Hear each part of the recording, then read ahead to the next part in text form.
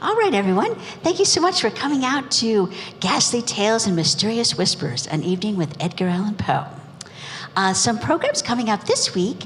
On Thursday, October the 10th at 6:30 is Next Chapter, Planning for the Future of Housing in Columbus, a conversation on affordable housing in Central Ohio. And on Sunday, October the 13th at 3 p.m., there is a movie screening of Sinatra, the main event, with a special introduction by one of the original musicians in the that performed in the movie. Dr. David Summers is a Seattle native and a product of the University of Washington. He's taught literature at Seattle Pacific, Whitworth, and Gonzaga universities, and for the past 25 years at Capital University. At Capital, he served as Dean of Humanities and Director of General Education and has received the Presidential Award for Excellent Teaching. In 2019, he was awarded a Fulbright Fellowship to teach at Yasser University in Izmir, Turkey. Let's give a warm welcome to Dr. David Summers. Thank you. Thank you for that kind introduction. That guy sounds more impressive than I feel, I have to tell you. I kind of want to start with a bit of a caveat.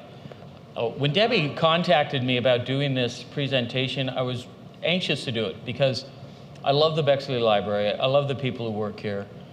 I want to do anything I can to help them with their programming. I am not an Americanist. I study British, medieval, and ancient Greek literature. And my real contact with Poe is through the mystery novel, because one thing I do that's modern literature is the detective story. And Poe had a huge role to play in the development of the detective story. So I'm a little leery that I may run into a couple of you in the audience who know more about Poe than I do.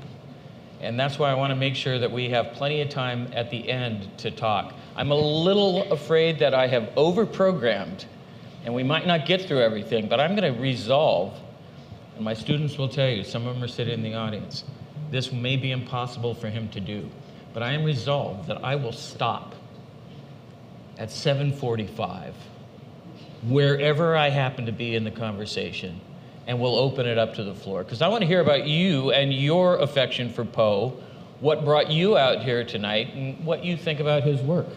I've subtitled this presentation, Edgar Allan Poe, a literary revenant. Now, ever since the Leonardo DiCaprio movie, we all know what a revenant is. Poe writes about revenants all the time. People who can't seem to stay dead. People who come back from the grave in one form or another. And what I want to focus on in my comments this evening is Poe as a person who wrote books, but even as a person, he never seems to go away. And he crops up in other people's literature and in popular culture all the time. So I want to be thinking about why that happens and in what forms that takes. But let's do a little boring work. I know from where you're sitting, and I'm not sure why there is this huge gulf between you and me, but some of you in the back row definitely cannot read those. So I've decided, since you probably can't read all that fine print, I'm going to suspend the test I was planning on giving you at the end of the time. And I just want to make a couple of general statements about Poe's life. For one thing, it wasn't a very long one, and it wasn't a very happy one.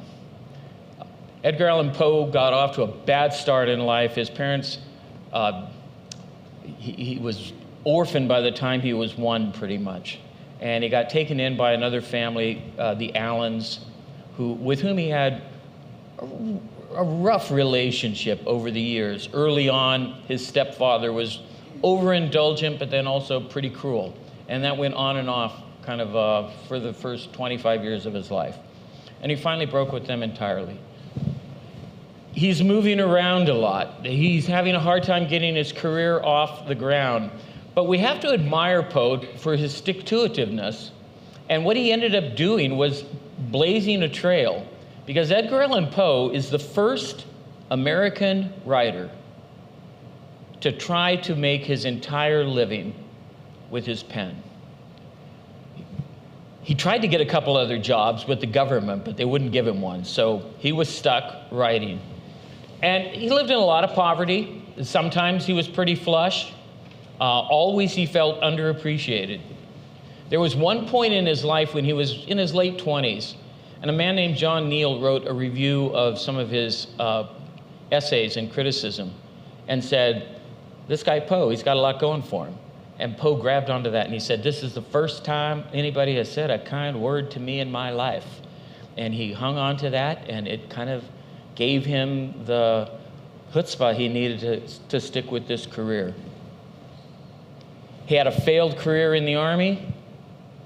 He married a cousin when he was in his 20s, who was about 13. I know that sounds pretty scandalous, but I found out by talking to some of my colleagues that this is actually fairly common back in the early 1800s. There was a whole lot of marrying your cousin, and there was a whole lot of women getting married at about 13 or 14 years old. Now, I can't say that completely takes him off the hook, because we know that they lied about her age to the judge that did the marriage. So they must have thought there was something a little dicey about this. She did not live long. They had about, I don't know, a decade together. And he was devastated by her death. And this is among many things that have made his life, just the biography of how he got through life, a rather sad sort of thing. Finally, we have to talk about his death, because this event is located on the anniversary of his death. What is it, 175 years, right?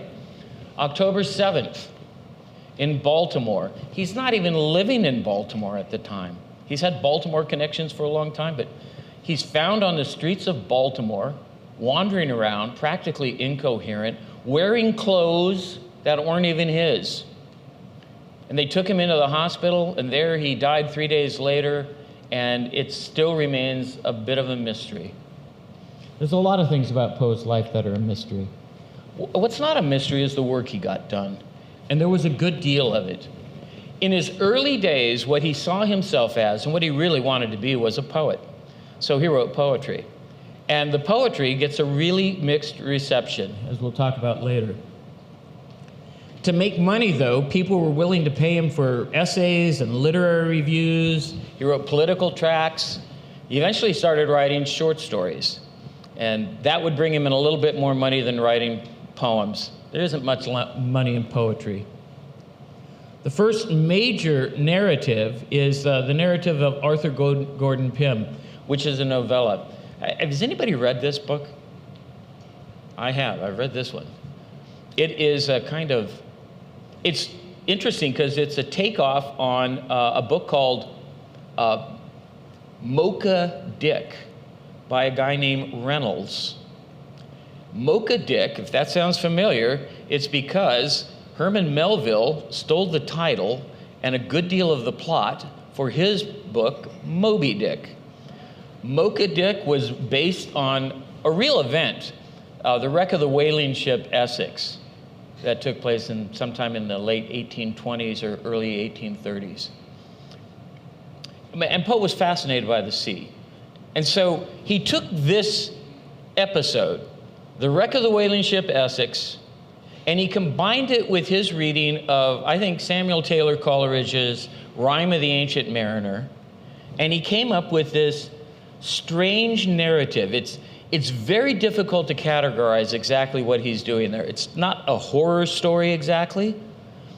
It's got definitely sort of Gothic romance elements to it, and it's certainly got the atmosphere of a scary story, but it ends and it just kind of stops. It's very, very strange. In 1840, he published a bunch of short stories. Poetry wasn't making him any money. He thought maybe this anthology would make some money, and it made him a little bit of money. It's called Tales of the Grotesque and the Arabesque, and we'll get back to those terms in a few minutes. This is a collection of about half of his short stories. It includes some very, very famous ones. Fall of the House of Usher, for example, is in there. But some of the most famous stories aren't included in this collection because he wrote them afterward.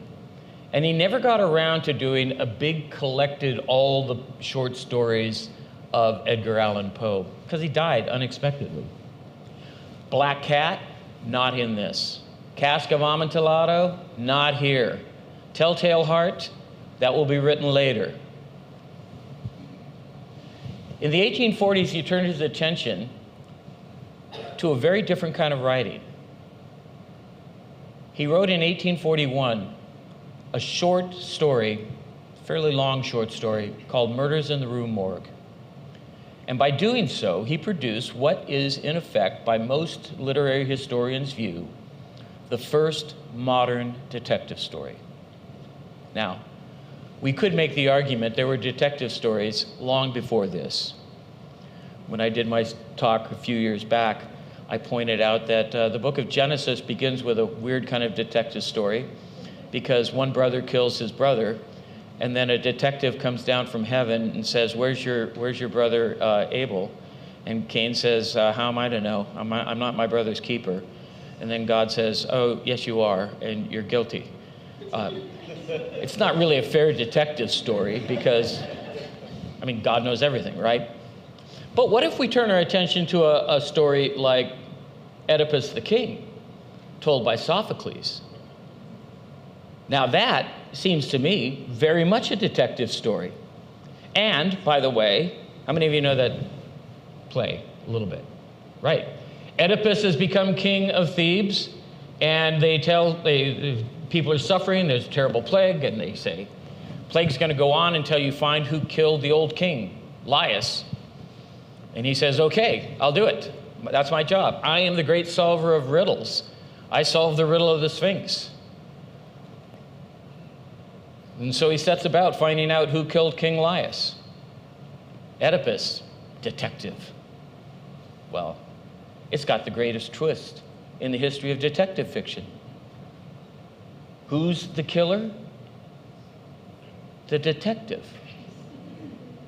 Now, I don't think that's an accident. Because if you think about the riddle of the Sphinx, who remembers the riddle of the Sphinx? What was it? What goes on 2 legs when they're young? Nope. 4 legs when they're young, 2 legs when they're an adult or old, and 3 legs, Yes. something like that. 4 legs when you in the morning, 2 legs in the afternoon, 3 legs in the evening. And what's the answer? In other words, Oedipus is sitting there looking at this monster who asks him this riddle, and the answer to the riddle is himself.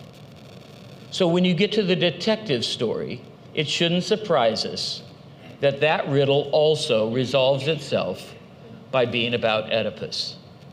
We are the great riddle. We are the mystery. But in modern terms, this is where it starts. Sherlock Holmes, the Moonstone, Agatha Christie, everything flows from this moment. And he did about 3 of them. I'll talk about them in a few minutes. His biggest success came just a few years before he died. He published in a literary journal a longish poem called The Raven, and it became incredibly popular. They didn't give him a whole lot for it to begin with, but it got him a lot of attention, and that brought in money eventually.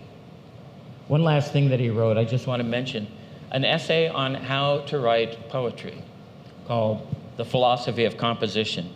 And the importance of that I'll get back to later. So we're talking tonight about the legacy of Poe. Yes, he is the founder of the American Horror Story.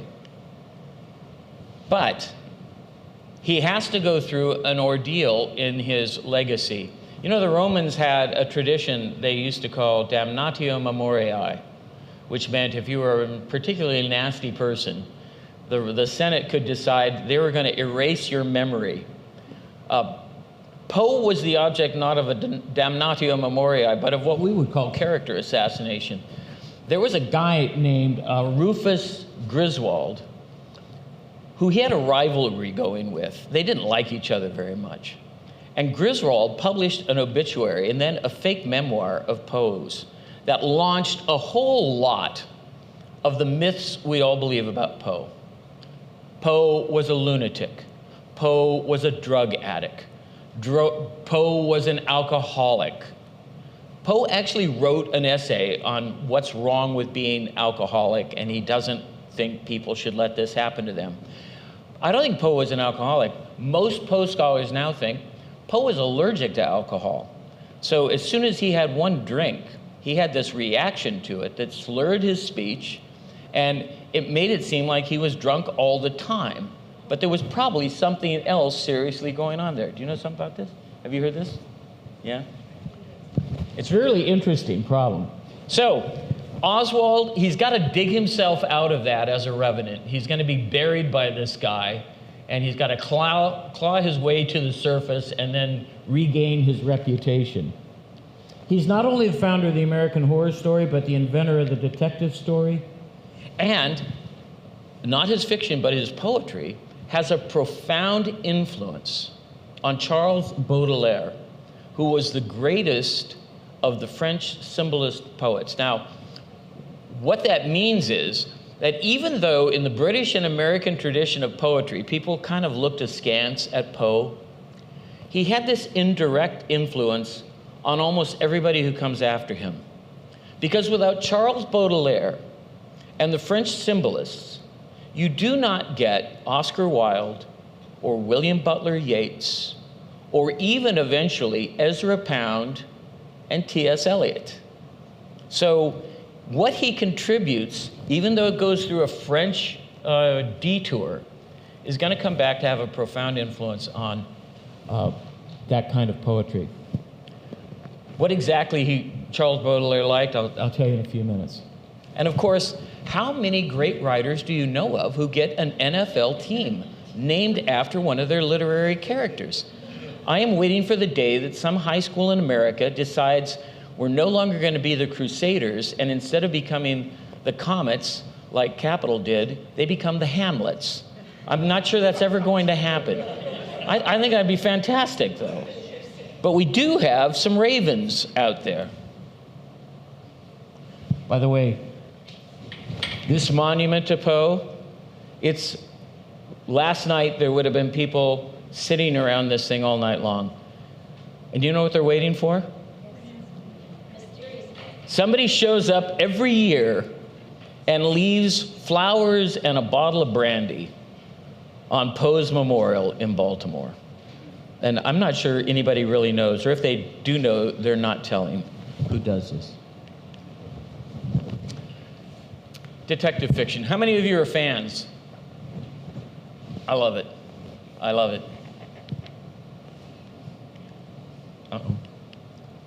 So the Murders in the Rue Morgue give us a couple of the really important features that are going to show up in most detective fiction, especially Arthur Conan Doyle. When he gets his hands on this, he really solidifies this into canon law. You gotta have a thinking machine detective. Sherlock Holmes is a direct descendant of Auguste Dupin, Poe's creation. And all of the kind of scenes that you see in Sherlock Holmes stories, like there's an unnamed American who's living with this Frenchman, and they go out for a walk in the evening, and as they're walking down the street, Auguste Dupin starts telling the American everything he can possibly know about him, even though they don't really know each other at all. And he's just baffled. He says, "How did you get that? How did you know what I was thinking about? How did you know what my mind was doing?" And then Dupin tells him how. And it's one logical link after another. And this is the game, of course, that Conan Doyle is going to play with Sherlock Holmes all the time. The Watson archetype. I wish we knew his name. They never mention his name in this one or the Purloined Letter, which is too bad. Now, when he wrote this piece called The Mystery of Marie Roget, it includes both of our first two characters. We get this connection to real life crime. A lot of detective fiction is sort of, well, what did Law and Order call it? Ripped from the headlines. The Mystery of Marie Roget was set in Paris, and he changes the names, but it's exactly really the same case as the mystery of the death of Mary Rogers, whose body was found floating in the Hudson River back in 1838. They never really did come up with a completely adequate explanation for the death of Mary Rogers, but Marie Roget, you get a satisfying conclusion. And finally, the third of the great detective stories featuring Auguste Dupin is called The Purloined Letter. This may be the most famous one of all. It might also be the most satisfying one as a story. When I taught The Murders in the Rue Morgue to my detective fiction class a couple of years ago, there was a student who just gave me no end of grief. He said, "I can't believe you made us read that stupid story. It's not even a murder story. An orangutan can't commit murder. It just kills people. That's different. Doesn't count." In a way, he's right. It's a very strange story. But when you get to The Purloined Letter, you get pure detective fiction.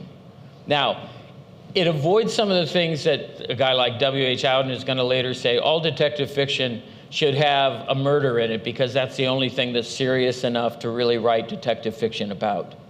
There's no murder in this one. But it does give us a device that becomes very popular. This idea that the police are complete idiots. And I try not to talk about my teaching of detective fiction to my brother because he's a policeman. And he knows that this is part of what goes on in these stories. Yeah, they make us look stupid. But it also uses some version of the mouse. Now, I've thrown this word out, the mousetrap. How many of you know where that comes from? Megan does. It comes from Hamlet, right? Hamlet is the great descendant of Oedipus because he too is a tragic detective. He's trying to find out who killed his father. In fact, it's almost the same story told over again. Now, he gets a little hint from the grave when the ghost comes back and says, your uncle killed me. But he's not sure. He's not sure. He's got to be certain. So what does he do? He sets up a trap, and the trap is this play called The Mousetrap. And in it, he presents the story of his father's death, killed by his uncle, and then he watches to see how the uncle reacts. How do people react under stress? Now, in The Purloined Letter, do you know what anybody know what happens? They're trying to find this letter, and the guy who has it, who's a blackmailer, has hidden it someplace. And so what Dupin decides he will do is he will go there and then have somebody outside light a smoke bomb and claim that the building is on fire, and he watches to see where the villain goes to. And he goes right over to this thing on his mantelpiece and checks to see that it's there and is going to put it in his pocket, and then he puts it back when it's a false alarm. So now he knows where it is. So he goes back and gets it. Purloined Letter also uses the device of hiding things in plain sight. He didn't even change the envelope that it was hidden in. He just took the envelope and turned it inside out. So it didn't have the address from whom it was sent in to begin with. Pretty clever. Sherlock Holmes has this same adventure. It's one of his early first adventures. Conan Doyle writes one called The Scandal in Bohemia, and he does precisely the same thing as Poe does. There are a few other stories that he writes that I think fit into the detective genre better than into the horror story, terror genre. One of them, because he wants to call these tales of rationation, just means stories about thinking rationally. What could be more boring? We want stories about people behaving very irrationally and very passionately and very, doing all the wrong things. But he wanted to focus on that process.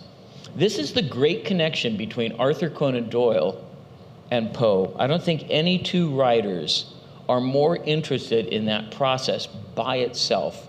There are going to be a lot of thinking machine detectives down the road, but these are the two that really set the standard.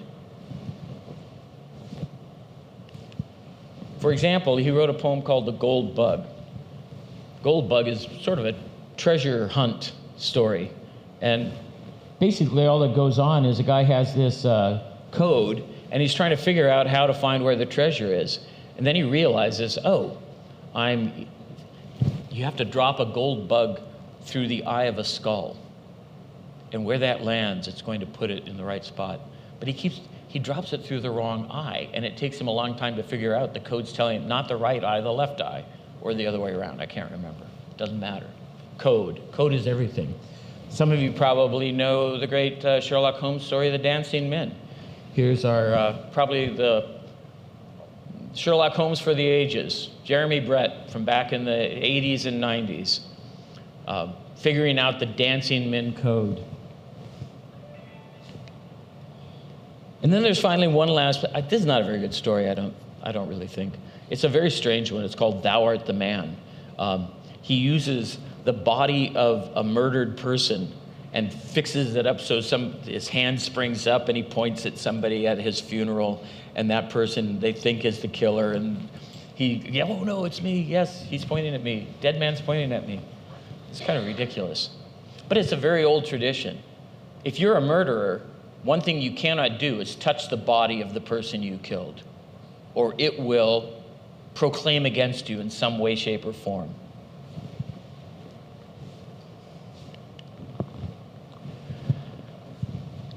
I don't think I'm going to take too much time talking about the difference between crime fiction and detective fiction. I'll just say this. There are some great books. I've mentioned a couple of them. Oedipus, Hamlet, that are about people committing crimes. In fact, most great fiction, there's a crime somewhere in it. Somebody once asked me, Dostoevsky's Crime and Punishment. It's got a detective, it's got a killer. Is that a detective story? No. That's a crime story. It's a serious literature about crime. And that's what I would call crime fiction. Serious literature about crime. Truman Capote's In Cold Blood. It's not really a detective story. And there are a lot of these. What's essential for the detective story to work as a detective story is you have to have a puzzle. You have to have a detective who does not know from the very beginning who did things, although they're going to play around with that convention a little bit later on. What's the other genre he has a hand in? Is that clock correct? That is, isn't it? You guys are going to get like a fraction of this, so I guess you'll have to hire lawyers and sue me if you want to. He's not the first person to do this. There was horror stories, terror stories before Poe. So I just wanted to mention some of where this all comes from. Romanticism, like Coleridge's Rime of the Ancient Mariner, is a good example of the supernatural making its way into a story that's really chilling. The Rime of the Ancient Mariner is about a haunted man who has had a very haunted experience early in his life. And then he comes around like a revenant, pointing at other people and saying, now it's your turn. I'm going to tell you this story before you go to that wedding, and you'll have to think about it for the rest of your life. And then there was a German writer. This is a guy who I think is very important in the development of the horror story, E.T.A. Hoffmann. His stories got published separately, but eventually collected as the Tales of Hoffmann. And it includes the great story, The Sandman, which for Freud was a crucial story to know, to understand how this kind of fiction works. Poe was, in fact, criticized for being too much like Hoffmann. You know, Hoffmann he's dead by 1825, but it's in America, his stories are coming to America about 1819, 1820. So it's a fairly recent kind of thing, and everybody's reading them. And people said, oh, he's just derivative of Hoffmann. And Poe said, well, here's what I have to say about that. Terror is not of Germany, but of the soul. You can find terror here in America, too. I'm not pretending to be German. And one last precursor I'd like to mention, maybe there's one more. Phantasmagoria. I read this with my students in my weird fiction class last year.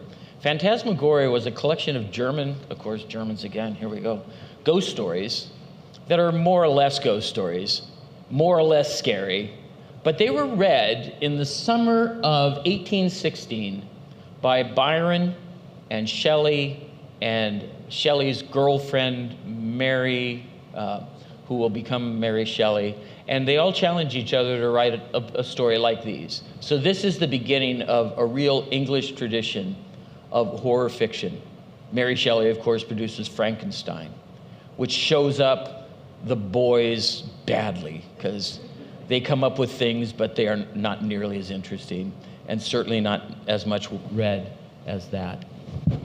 And then, of course, in America, we had a guy who sort of picked up the Hoffmann, the Mary Shelley, the Gothic, even before Poe was really catching wind of this, and that was Nathaniel Hawthorne. Now, it's funny to me that we think of Nathaniel Hawthorne as a very different kind of writer from Poe. Probably because his novels tend to be a little bit more impressive than the long fiction that Poe writes. But the short stories are incredibly similar. Hawthorne really likes writing these kind of vaguely supernatural, very unsettling, very dark kind of fairy tales. I wanted to talk a little bit about what happens to horror after Poe.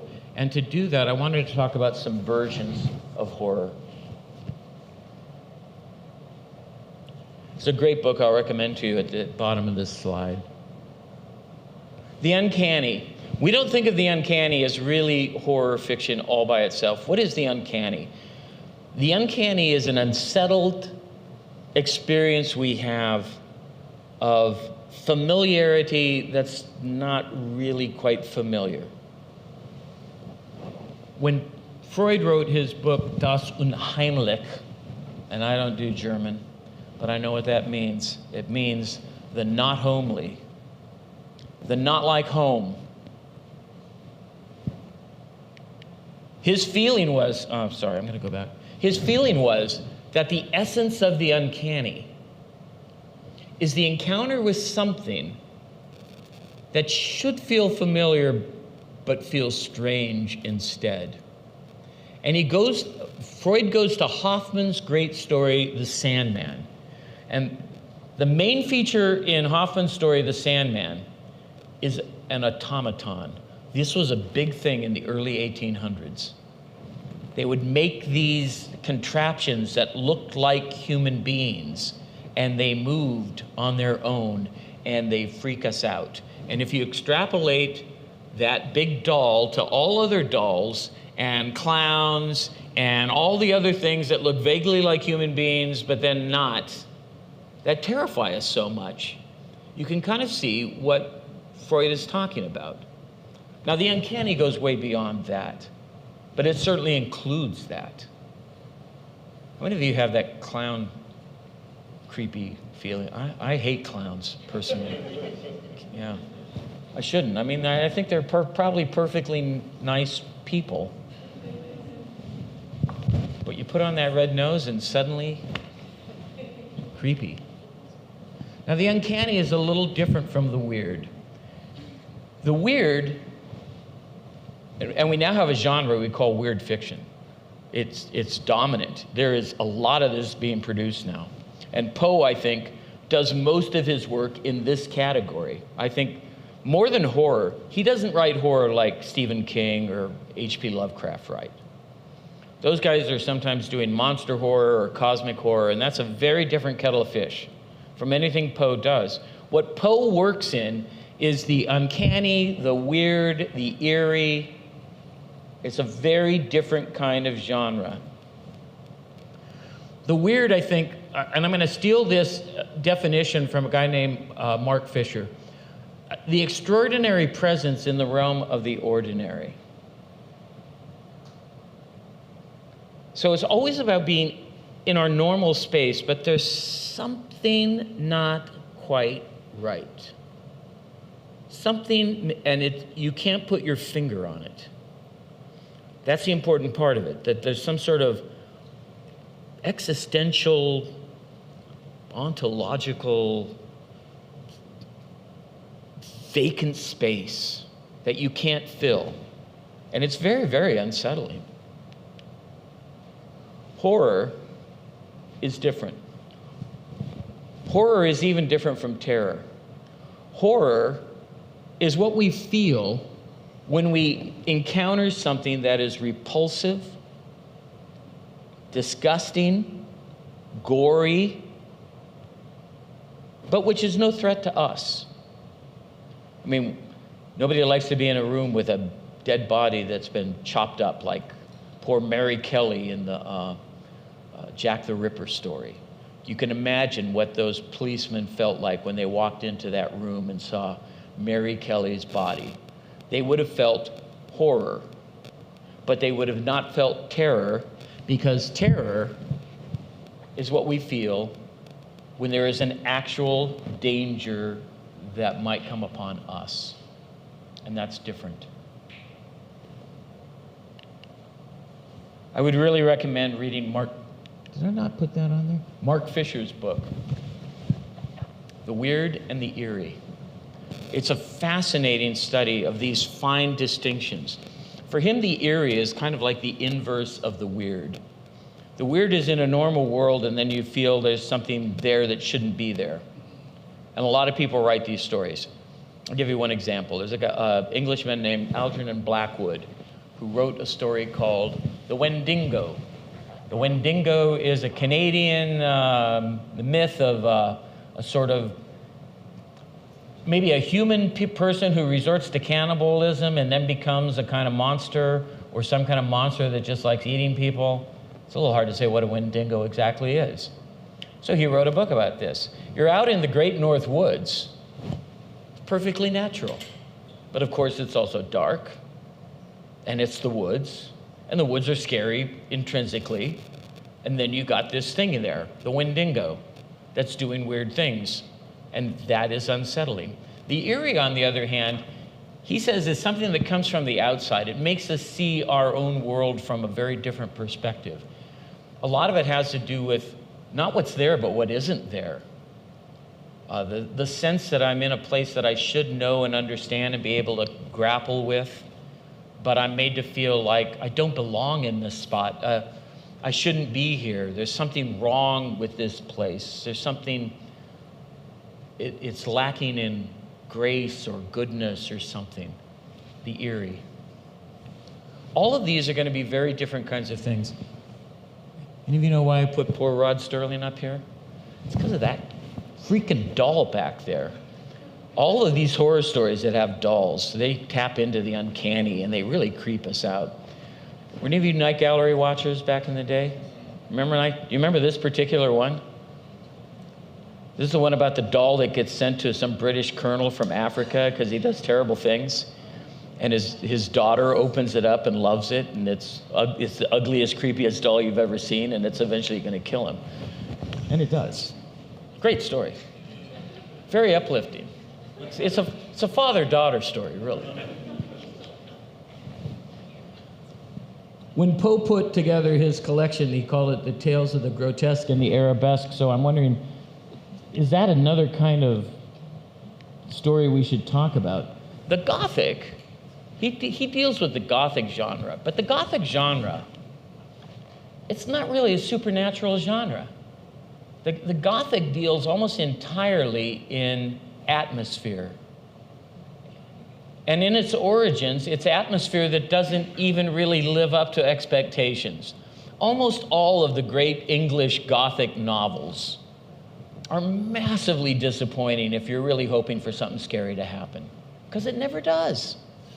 You take a heroine, you put her in some moldering, crumbling castle that's owned by some strange man who says weird things and then walks off without explaining himself, and it makes you feel creepy for usually like 600 pages, and then you find out that nothing actually is going to happen.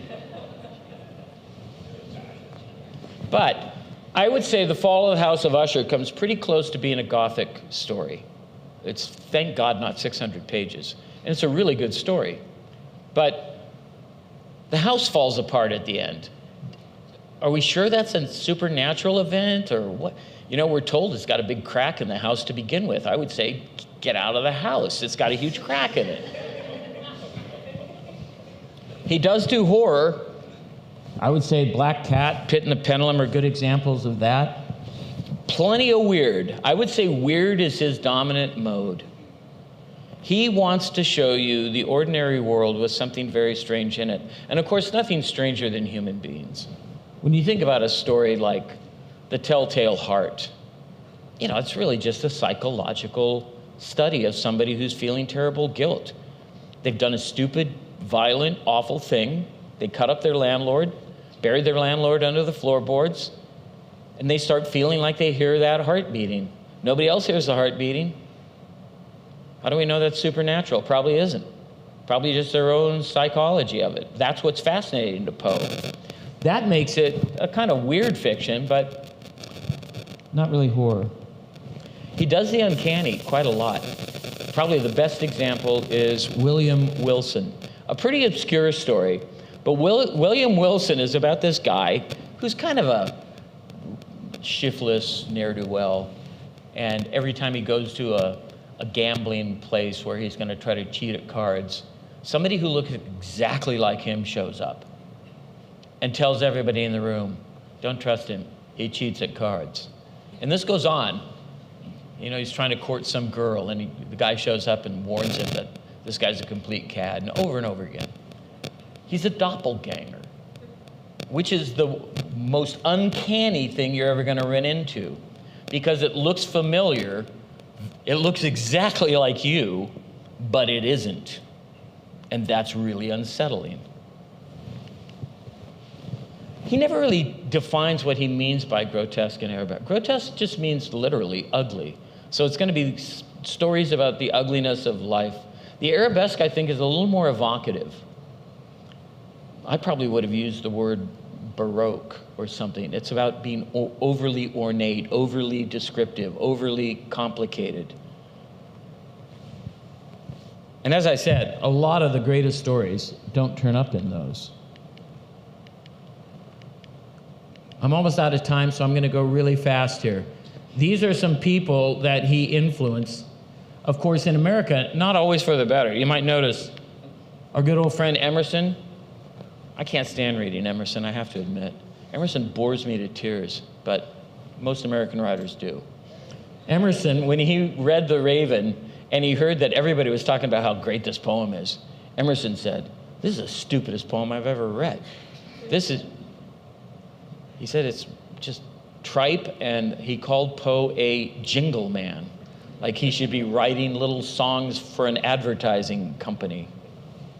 And Emerson's friend, James Russell Lowell, liked Poe a little better. James Russell Lowell, I don't know if you're familiar with him. He's gotten pretty obscure, I suppose, in time. He worked with Henry Wadsworth Longfellow, another one of that group, on the first American translation of Dante. So I cut them a lot of slack.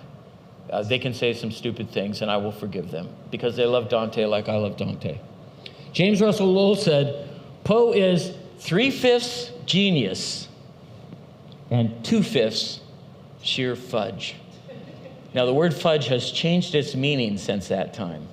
It was not yet that chocolate confection which we all love so much.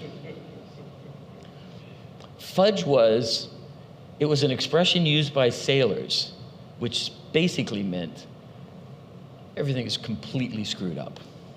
It's not working at all right. It's just overly complicated, ridiculous,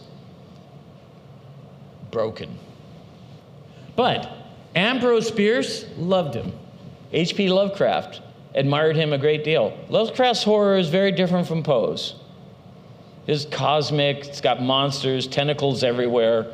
Poe's never going to give you tentacles. Well, maybe if it's a real squid, that he would do that.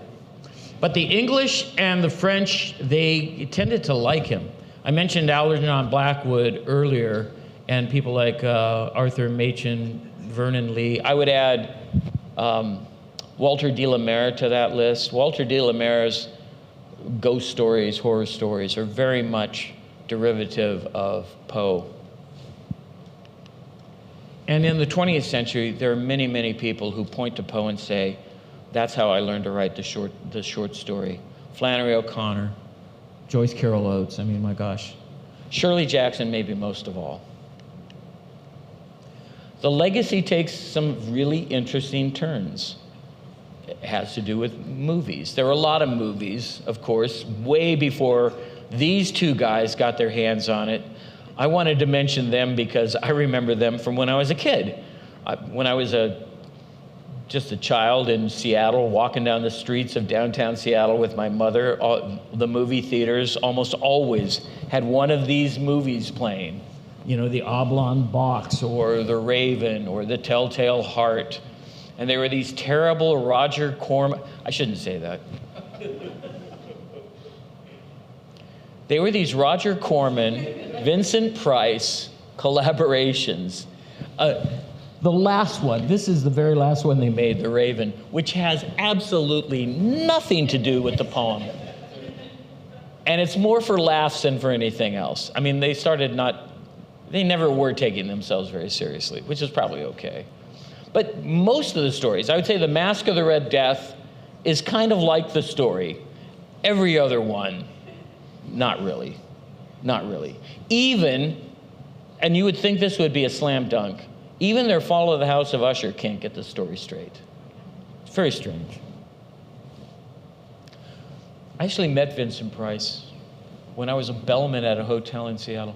Oh, I'm out of time. I should stop. I have to stop. I did meet Vincent Price. I worked at a hotel in the Seattle area, and I picked him up one of my colleagues picked him up at the airport, brought him down to the hotel. I was working the later shift. He came down the lobby and he said he wanted to go out to get something to eat. And he noticed that across the parking lot, it was a big parking lot. It was like a quarter of a mile across the parking lot, and it was night. And he asked me, is it safe to walk around at night here? And I thought, Mr. Price, you're the scariest thing we've ever had in this hotel. I'm going to do this really quickly. There's a whole, as a character, he comes up. I think he does this more than any other American author I can think of. As a character, I mean, you don't see Dickens as a character very much in a book, but Poe comes up all the time, and some of them in quite good ways. A Gentleman from Paris is a short story by John Dixon Carr, a mystery writer, about a detective who bumps into Poe in the ghost of Poe. It's a revenant, of course, in a lobby of a hotel, and he helps him solve this set of murders that are kind of modeled on his stories. It's a very strange group of some of you probably saw The Pale Blue Eye that came out not too long ago as a TV series. So a lot of people did this, and of course, there was this just last year, The Fall of the House of Usher. The overall story had nothing to do with Poe. They used the names of characters, and it was a well-crafted thing. Every time you see Mike Flanagan's name on something, you can probably trust it's going to be pretty darn good. but it's even in the separate episode that uses all the motifs and images from all of these stories. They're completely separate, doing something quite different than what Poe was doing. Very good. And one last thing, one of my favorite bands from the 80s, 70s and 80s. When I was in college, we sat in a room one evening and somebody said, you got to hear this record I got. It's by this group called the Alan Parsons Project. It's called Tales of Mystery and Imagination. We sat and listened to that thing over and over and over again. And it is fantastic. And it includes, in the second half of it, the whole second half is a kind of instrumental Fall of the House of Usher, followed by one beautiful little song called To One in Paradise. And the first half of that suite of music isn't by Eric Wolfson and Alan Parsons. It's by Debussy. Debussy had set out to write a suite of music about the fall of the House of Usher and never finished it. So Wolfson and Parsons decided they would. And it started their long career as collaborators doing the kind of progressive, weird music that they put together. And it ends with this great poem by Poe, To One in Paradise. I've left out a couple of stanzas, so it's really quick. I'll just read it really quickly. Thou wast that all to me, love, for which my soul did pine, a green isle in the sea, love, a fountain and a shrine, all wreathed in fairy fruits and flowers, and all the flowers were mine. Now, when I was in graduate school, we sometimes sat around drinking and said, okay, what's the worst poem that you really like? And I always came up with this one, because I don't think this is a great poem, but I always liked it. It's so sappily romantic. But then you get to the middle and she dies, and it suddenly becomes tragic. And I've left out those two stanzas, but I will get to the end, because I think the end is beautiful. And the end is what Alan Parsons and Eric Wolfson stick at the end of their great album. And all my days are trances, and all my nightly dreams are where thy gray eye glances, and where thy footstep gleams. In what ethereal dances, by what eternal streams. That's Poe. Thank you for your attention. We've got time, I think, for some questions. Got a few minutes. I went 5 minutes over what I promised. Yeah, I just ask that we use the mic for the people that are listening online. Anyone have any questions?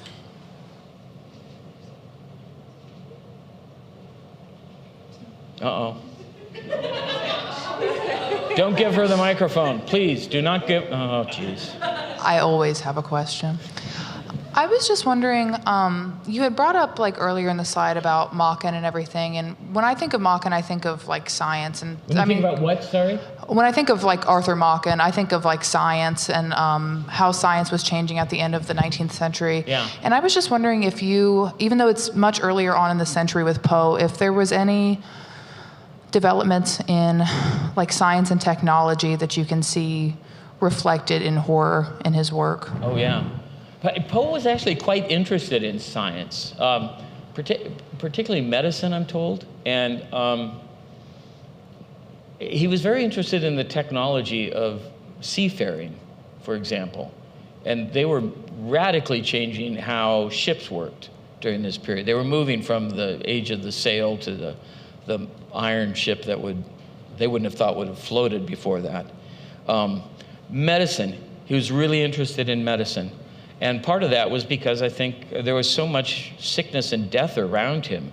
His wife contracted tuberculosis quite early on, and he was very interested in what advances were being made to figure out how to solve that. Tuberculosis was such a pervasive and almost ubiquitous sadness in life in those days. Hard to find a family where somebody didn't die of tuberculosis. So yeah, he did have interest in that kind of thing. I don't know a whole lot about it, but.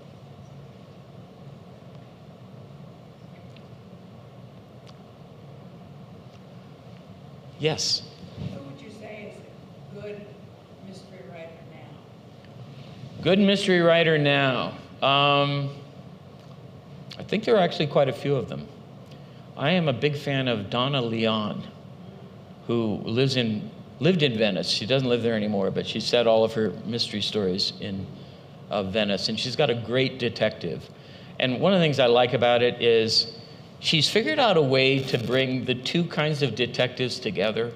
There was something silly at root about the amateur detective. So her detective is a real policeman. But what she can bring to the policeman is a humane, he's got a family, he's got books he reads, there's things he's interested in, he goes to museums. He's just this sort of whole person. So he's not the thinking machine, and he's not the detective you only ever see on the scene of a crime. He is a kind of richly nuanced person. So I like Donna Leon. My favorite book of the last 40 years is a detective novel by somebody we don't usually think of as a detective writer, and that's Umberto Eco. The Name of the Rose, I think, is a fantastic book. And I do think of it as a detective story. In fact, I think it's a kind of exploration of the boundaries and limits of what detective fiction can do. I read a lot of old stuff, like I read Dixon Carr and some Edmund Crispin. These are really funny English people writing detective stories. What story are you reading now? Okay, go ahead. Has there ever been any attempt to do a post-mortem forensics on Poe's remains to try to figure out what killed him?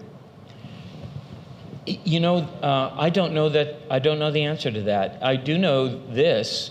There was a journalist who tried to look into the medical records from the day, and they found out that all of the medical records had disappeared. Not from that whole hospital.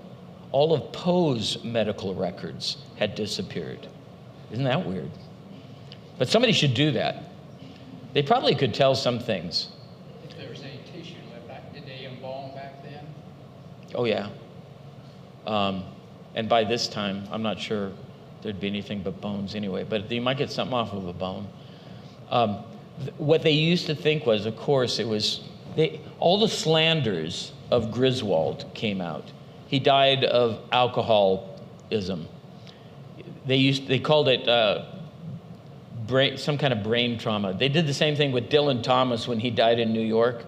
His death certificate said he died of insult to the brain, which is a way of, he drank himself to death. So they tried to say that. They tried to say it was syphilis. They tried to say it was any number of things. It was probably none of those things.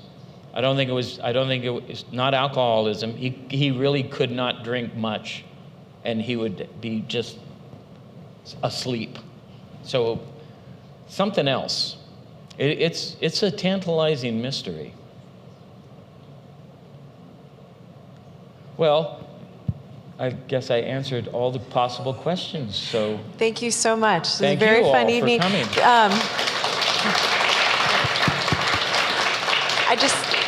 I just wanted to add that the recording will be up on our YouTube page if you want to refer back to it later or share it with friends, and that the library closes at 8, so we just ask you to go out the auditorium doors. Thank you very much.